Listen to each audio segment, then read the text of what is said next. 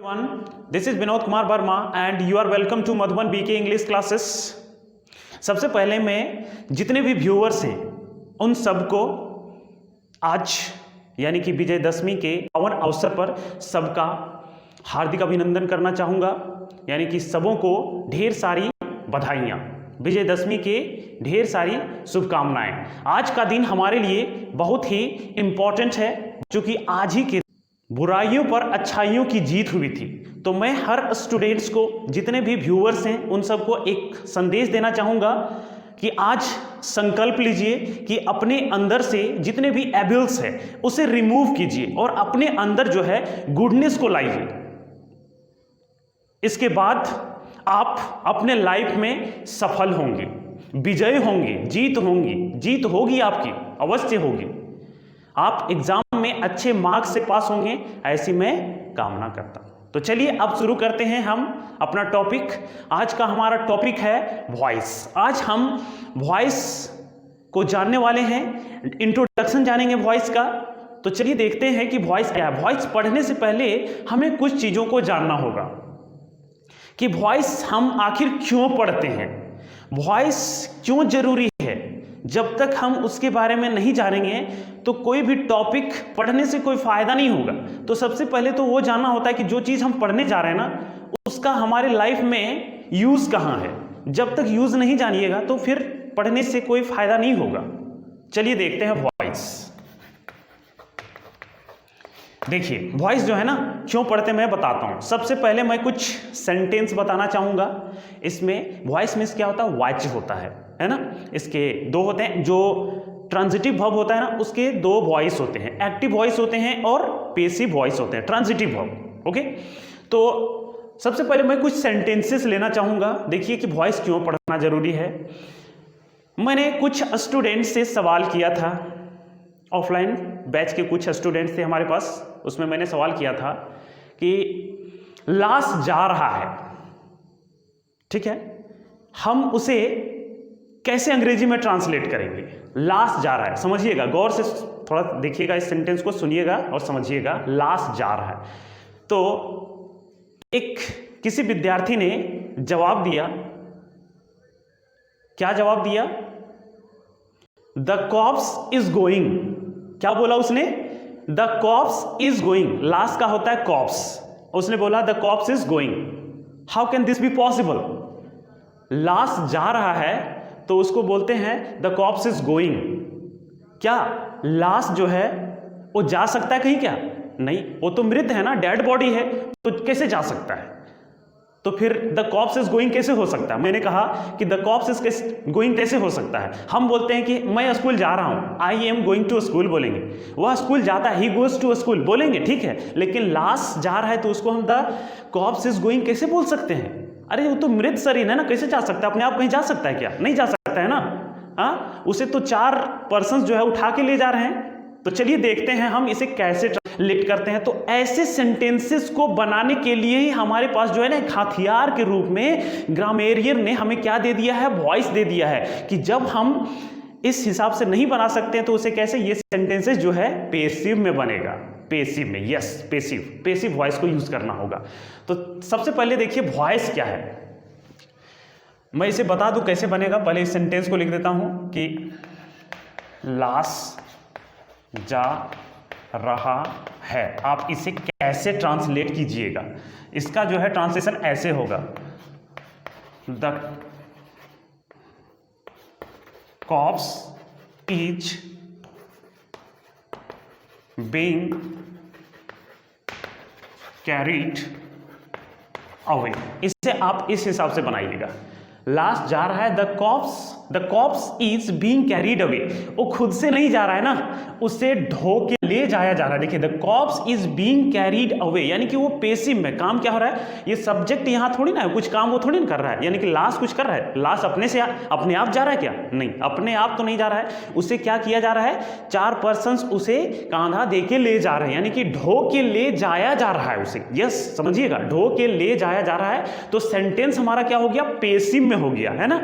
तो इसी हिसाब से, इसीलिए हम लोग पेसिव वॉइस पढ़ते हैं, क्योंकि आपको लाइफ में हमें इतने सारे सेंटेंसेस मिल जाएंगे जहां आपको सब्जेक्ट्स नहीं मिलेंगे. In that case we use passive voice. Okay, passive voice helps us in translating those kinds of sentences.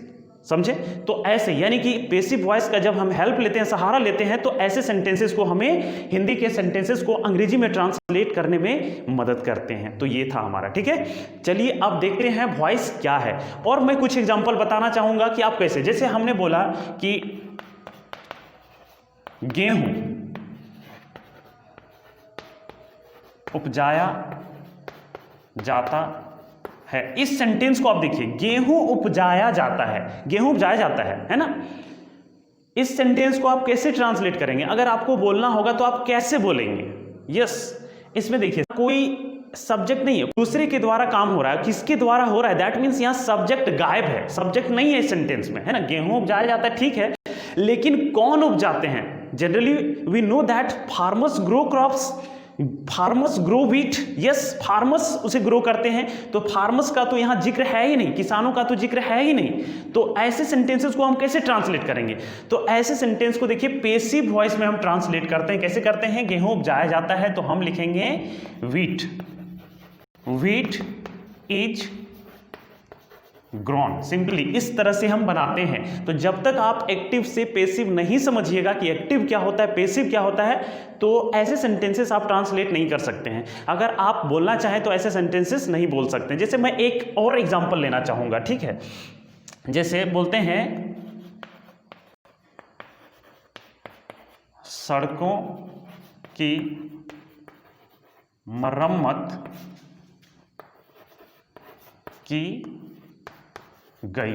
चलिए, हमने इस तरह का सेंटेंस लिया, सड़कों की मरम्मत की गई, यानी सड़कों की मरम्मत कर दी गई. अब यहां भी देख सकते हैं, you can also see here in this sentence the subject is not available. यहां देखिए सब्जेक्ट अवेलेबल है क्या? इसमें नहीं है. सड़कों की मरम्मत की गई, किसकी मरम्मत की गई? सड़कों की. यहां तो ऑब्जेक्ट दिया हुआ है, लेकिन क्या है कि सब्जेक्ट हमारा नहीं है, यानी कि मरम्मत करने का काम जो है कौन कर रहे हैं? That means workers, labourers. But labourers are not mentioned here in this sentence. Labourers तो यहां है ही नहीं, तो हम कैसे बनाएंगे? तो इस सेंटेंस को भी उसी तरह हम क्या करेंगे? पेसिव, पेसिव फॉर्म यूज करेंगे. पेसिव यानी कि हम इसको बोलेंगे, ऐसे लिखेंगे रोड्स मरम्मत की गई. देखिए roads were repaired, REPAIRED, repaired, है ना. रिपेयर्ड यानी कि मरम्मत की गई. यहां ध्यान दीजिएगा क्या है, हमने क्या लगाया? रोड्स वर रिपेयर्ड, यानी कि सड़कों. देखिए यहां सड़कों है ना. That means we have more than one road. Okay, एक से ज्यादा है तो प्लूरल सेंस में आया. तो प्लूरल में क्या होता है? वर लगता है. क्यों? ये सेंटेंस देखिए कि कौन से टेंस का है, ये भी तो आपको पहचानना होगा कि टेंस कौन सा है. तो ये टेंस हमारा जो है पास्ट इंडिफिनिट का है, सिंपल पास्ट टेंस का है ना.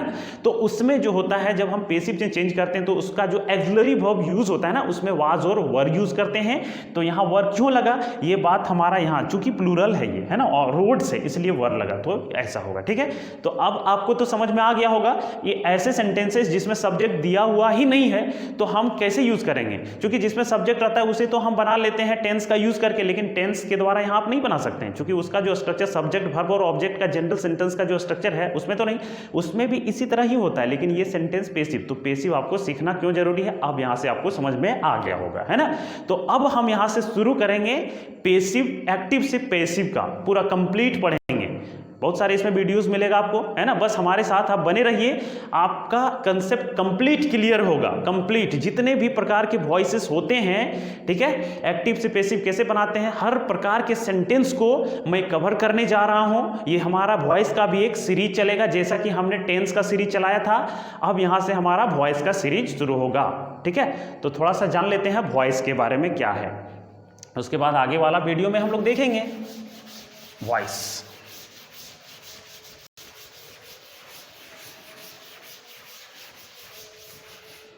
देखिए सबसे पहले हम लोग जानते हैं वॉइस क्या है. ये तो हमने देखा, हमने समझा कि इंपॉर्टेंस क्या है वॉइस का, क्यों वॉइस पढ़ना चाहिए, आप तो समझ गए होंगे अब वॉइस. तो सबसे पहले लिखते हैं voice is that form of a verb voice is that form of a verb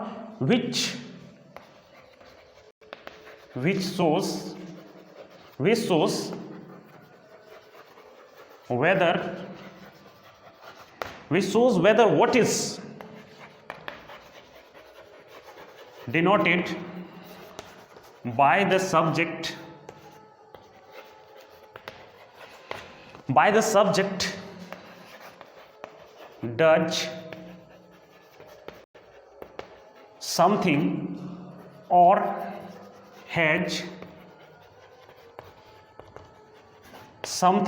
has something done to it। अब इस डेफिनेशन को थोड़ा सा देखिए और समझने का प्रयास कीजिए। समझिए इस डेफिनेशन को क्या कहता है, इसी में सारा चीज क्लियर है। देखिए एक चीज आप सुनते होंगे कि जब हम कोई चीज पढ़ते हैं ग्रामर पोर्शन, तो फिर हम थ्योरी क्यों पढ़ते हैं, डेफिनेशन क्यों पढ़ते हैं। डेफिनेशन स्पोकन इंग्लिश में तो आप डेफिनेशन का कोई यूज होता नहीं है कि हम डेफिनेशन बोलते हैं, क्या नहीं बोलते हैं, ठीक है। एग्जाम जाते हैं तो वहां भी, लेकिन देखिए कुछ ऐसे एग्जामिनेशन होते हैं जिसमें ये पूछते हैं, ठीक है, उसका तो है। प्लस एक चीज आप जान लीजिए, जब तक आपका थ्योरी कंप्लीट नहीं होगा, कंसेप्ट क्लियर नहीं होगा, तो आप अच्छी तरह से नहीं बोल सकते हैं, ना ही अच्छी तरह से सेंटेंसेस लिख सकते हैं। इसलिए हमें डेफिनेशन का तो नॉलेज होना ही चाहिए, क्योंकि डेफिनेशन जो होते हैं या जो भी थ्योरीज होते हैं उसी के आधार पर हम लोग क्या करते हैं, प्रैक्टिकली यूज करते हैं। प्रैक्टिकली, है ना। प्रैक्टिकल आखिर कहां से आया, थ्योरी पहले आया तब प्रैक्टिकल आया, है ना। तो ऐसा ही होता है। तो इस हिसाब से चलिए देखिए क्या है वॉइस, हम समझते हैं, समझने का प्रयास करते हैं। Voice is that form of a verb. Verb का एक रूप होता है, वह रूप होता है, क्रिया का रूप होता है ना, विच शोज, जो दिखाता है, whether what is denoted by the subject does something और has something done to it. क्या कहता है कि वो वर्ब का रूप ऐसा होता है ना, वो दिखाता है, दैट, है ना, whether what is denoted by the subject, जो सब्जेक्ट के रूप से दिखाया जा रहा है ना, कि वो कुछ कर रहा है, यानी सब्जेक्ट कुछ कर रहा है सेंटेंस में, कि उसके लिए कुछ किया जा रहा है। यही तो होता है वॉइस में, कि सब्जेक्ट खुद कुछ कर रहा है या उसके लिए कुछ किया जाता है, तो उसे कहते हैं वॉइस। तो यही होता है। एक्टिव वॉइस में होता क्या है कि सब्जेक्ट कुछ करता है, और पैसिव में जब चेंज करते हैं ना, तो उसमें क्या होता है कि उसके लिए, यानी सब्जेक्ट कुछ करता नहीं, बस उसी के लिए कुछ किया जाता है, तो उसे हम पैसिव वॉइस कहते हैं। और जिसमें सब्जेक्ट खुद, दैट मीन्स डूअर जो होता है वो एक्शन को परफॉर्म करता है, तो उसमें एक्टिव वॉइस में वो हो जाता है। समझे। देखिए एग्जांपल लेते हैं थोड़ा सा एक, और उससे क्लियर करते हैं। जैसे हम एक एग्जांपल लेते हैं और एग्जांपल के जरिए क्लियर करते हैं। Ram helps Shyam. Shyam is helped bye Ram. इस दोनों सेंटेंस को थोड़ा ध्यान से देखिए, ये दोनों सेंटेंस है ना, इन दोनों सेंटेंसेस को आप देखिए थोड़ा। राम हेल्प्स श्याम, राम श्याम की मदद करता है, Shyam is helped bye Ram. ये दोनों सेंटेंसेस के जो मीनिंग है सिमिलर निकल रहे हैं, है ना। दोनों का मीनिंग जो है, मीनिंग अर्थ सेम ही है, यानी राम श्याम की मदद करता है, Shyam is help by Ram, यानी श्याम की मदद की जाती है राम के द्वारा। यानी इसमें दोनों में क्या हो रहा है, श्याम की ही मदद हो रहा है ना, राम के द्वारा हो रहा है, और उसमें राम उसकी मदद। तो उसमें हुआ क्या कि यहाँ जो है देखिए फर्स्ट सेंटेंस में सब्जेक्ट, जो सब्जेक्ट है ना, ये कुछ काम कर रहा है। Here subject is performing an action, that means of helping. यहाँ क्या कर रहा है, हेल्प करने का जो है एक्शन परफॉर्म कर रहा है, यानी राम जो है श्याम की मदद कर रहा है। लेकिन यहाँ देखिए ये भी सब्जेक्ट ही होता है, ध्यान दीजिएगा। जब ये सब्जेक्ट होता है हमारा, ये वर्ब होता है, और ये होता है हमारा ऑब्जेक्ट। ओके, इसे हम कहते हैं active subject, active verb, active object, और इसे कहते हैं पैसिव सब्जेक्ट, पैसिव वर्ब, और ये होता है हमारा ऑप्शनल एजेंट होता है, ऑप्शनल एजेंट कहेंगे। ध्यान दीजिएगा, इसे हम अगले वीडियो में इसे क्लियर करेंगे और भी अच्छे तरीके से, ठीक है।